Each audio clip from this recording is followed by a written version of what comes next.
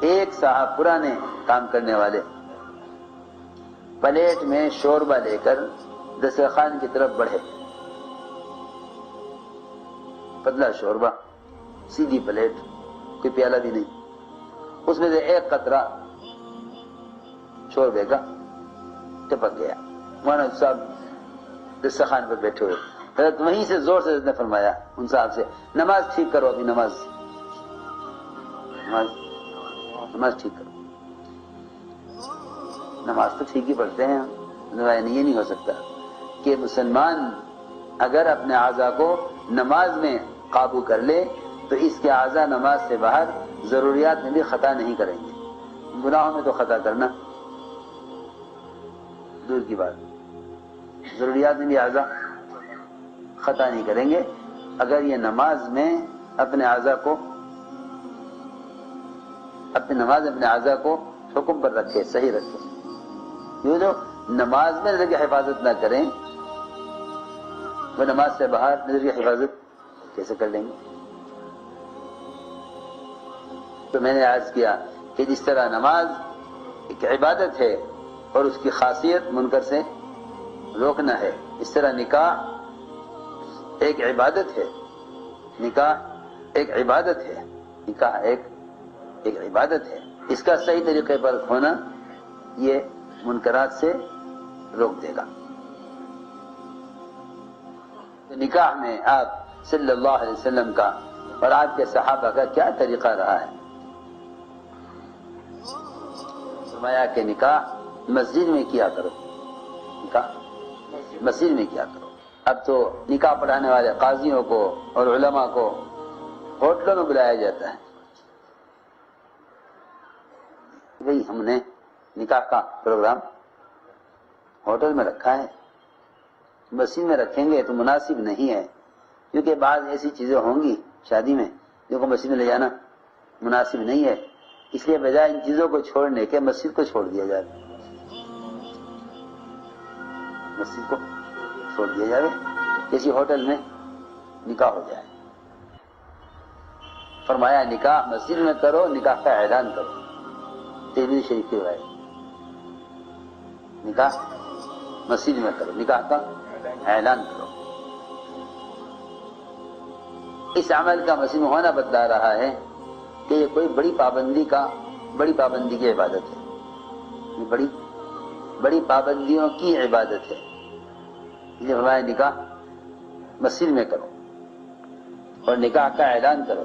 آپ اور آپ کے صحابہ کا دور صحابہ میں جتنا آسان کام شادی کرنا تھا، دور حاضر میں اتنا ہی مشکل ہے۔ ہمیں ملتا نہیں کہ شاید کوئی صحابی نکاح اور شادی کی وجہ سے مقروض ہوئے، جیسے کوئی ملا نہیں کہ کوئی صحابی شادی کی وجہ سے مقروض ہے۔ ہاں البتہ اللہ کے راستے میں پھرنے کے لیے تو مقروض ہوئے، شادی کے لیے کوئی مقروض نہیں ہے۔ اللہ کے راستے میں پھرنے کے لیے تو مقروض ہوئے، شادی کے لیے مقروض نہیں۔ اس زمانے میں لوگ شادی کے لیے مقروض ہوتے ہیں، اللہ کے راستے پھرنے کے لیے کوئی مقروض نہیں ہوتا، شادی کے لیے مقروض ہو جاتے ہیں۔ کیا طریقہ ہوگا شادی کا؟ اللہ اکبر۔ ابو موسیٰ اشعری رضی اللہ عنہ نے دیکھا کسی گھر کے سامنے دری بچھی ہوئی ہے، کپڑا بچھا ہوا ہے، لوگ بیٹھے ہیں، کسی کے ہاتھ میں تسبیح، کسی کے ہاتھ میں کوئی انگلیوں پر پڑھ رہا، دیکھ کے سمجھے کہ شاید کسی کی وفات ہو گئی ہے، لوگ بیٹھے ہوئے ہیں تعزیت میں، یہ بھی آ کے بیٹھ گئے سر جھکا کر، پڑھتے رہے۔ پھر پوچھنے لگے کسی ایک سے، بھائی کس کا انتقال ہو گیا؟ کہ نہیں کس کا انتقال ہوتا، ہمارے یہاں شادی ہو رہی ہے، ہمارے یہاں شادی ہو رہی ہے، آپ کا انتقال ہو گیا؟ کہ اچھا شادی ہو رہی، ہمارے مہمان بیٹھے ہیں، سب ایسے بیٹھے تھے کہ وہ دیکھ کر سمجھے کہ شاید کسی کا انتقال ہو گیا۔ ہاں جی ہاں، کسی کا انتقال ہو گیا اور تعزیت میں لوگ بیٹھے ہیں، نہیں ہمارا شادی ہو رہی، یہ سب شادی میں مہمان ہیں، مدعو ہیں۔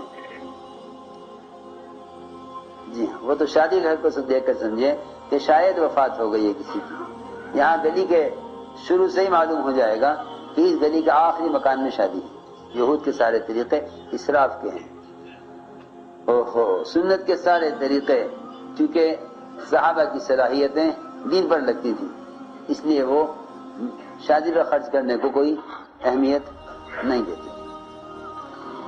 آپ صلی اللہ علیہ وسلم اور آپ کے صحابہ کا کیا طریقہ تھا نکاح اور شادی میں. جابر بن سمورہ فرماتے ہیں رضی اللہ تعالیٰ عنہ، یا کوئی اور صحابی فرماتے ہیں آپ کے صحابہ میں سے کہ جناب رسول اللہ صلی اللہ علیہ وسلم بکریاں چرایا کرتے تھے، پھر آپ کا کام اور آگے بڑھ گیا تو آپ نے بکریوں کے بجائے اونٹوں کو چرانا شروع کیا. آپ کا ایک اونٹوں کے اس کام میں آپ کا ایک شریک بھی تھا.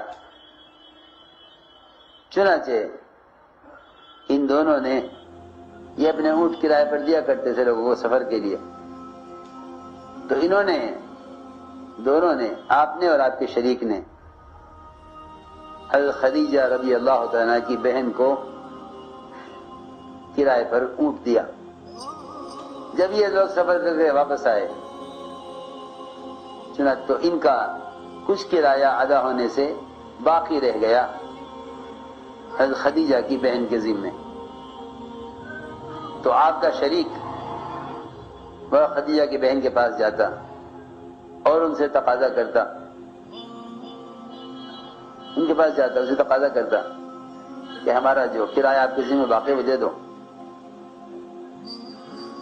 وہ یہ کہتا آپ صلی اللہ علیہ وسلم سے کہ آپ ہی میرے ساتھ چلیے،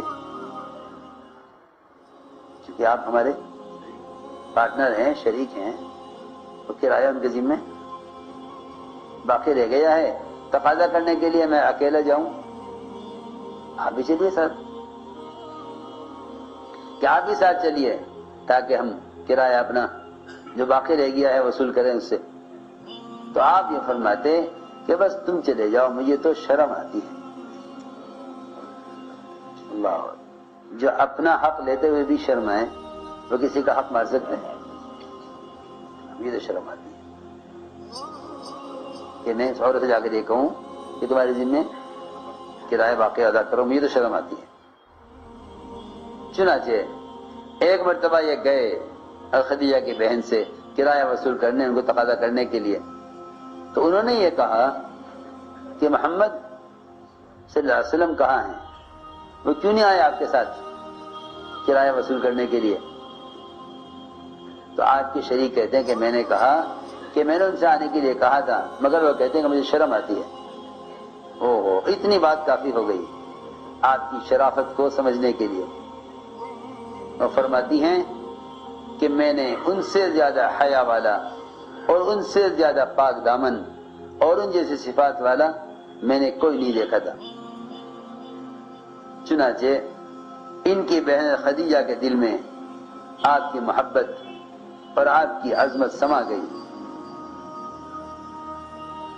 انہوں نے آپ کی طرف پیغام بھیجا اور یہ کہلوایا کہ آپ میرے باپ کے پاس آئیے اور آپ میرے باپ سے مجھ سے شادی کا پیام دے دیجیے.